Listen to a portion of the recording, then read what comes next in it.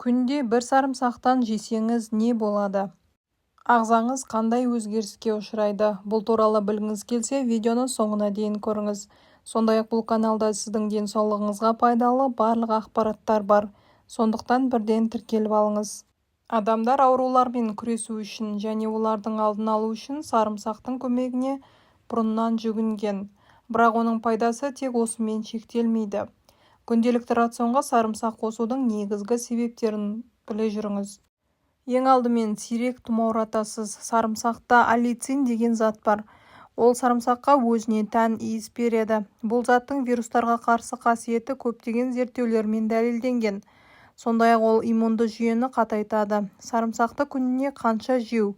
Әрбір адамның ас қорыту жүйесі ерекшеліктеріне байланысты. Жалпы күніне 1-2 сарымсақ жеу жеткілікті.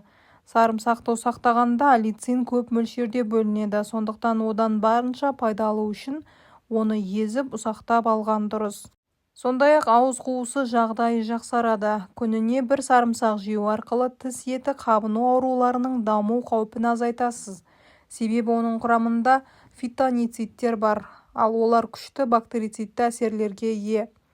Аллергия жиі мазаламайтын болады. Сарымсақтағы этилацетат аллергендердің енуіне жауап ретінде түзілетін гистамин ақуыздарының бөлінуін азайтады.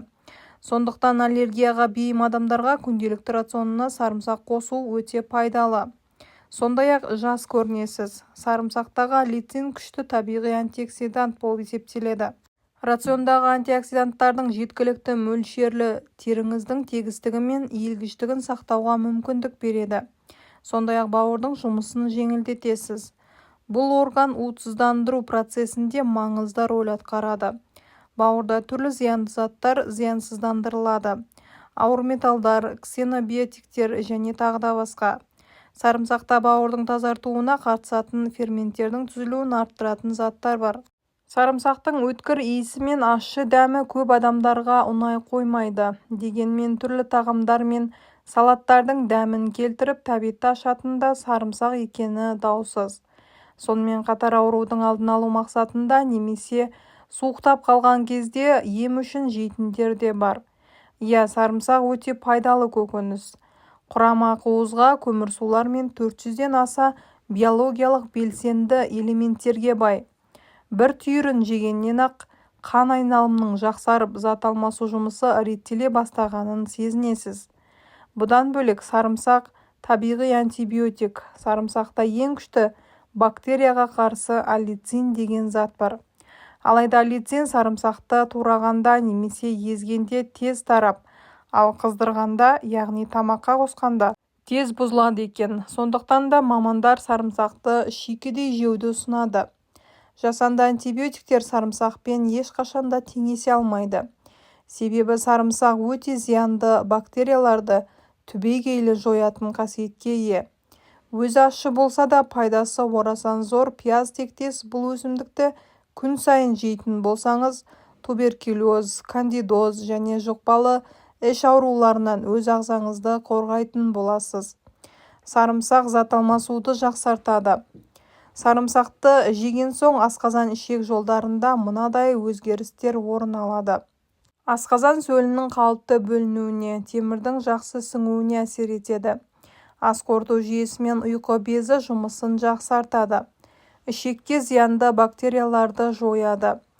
Тәбетті ашады. Есте сақтаңыз, егер гастрит асқазаны мен 12 елі ішек жарасында панкреатит, ұйқы безі қабынуы кезінде сарымсақты жемегеніңіз абзал болады.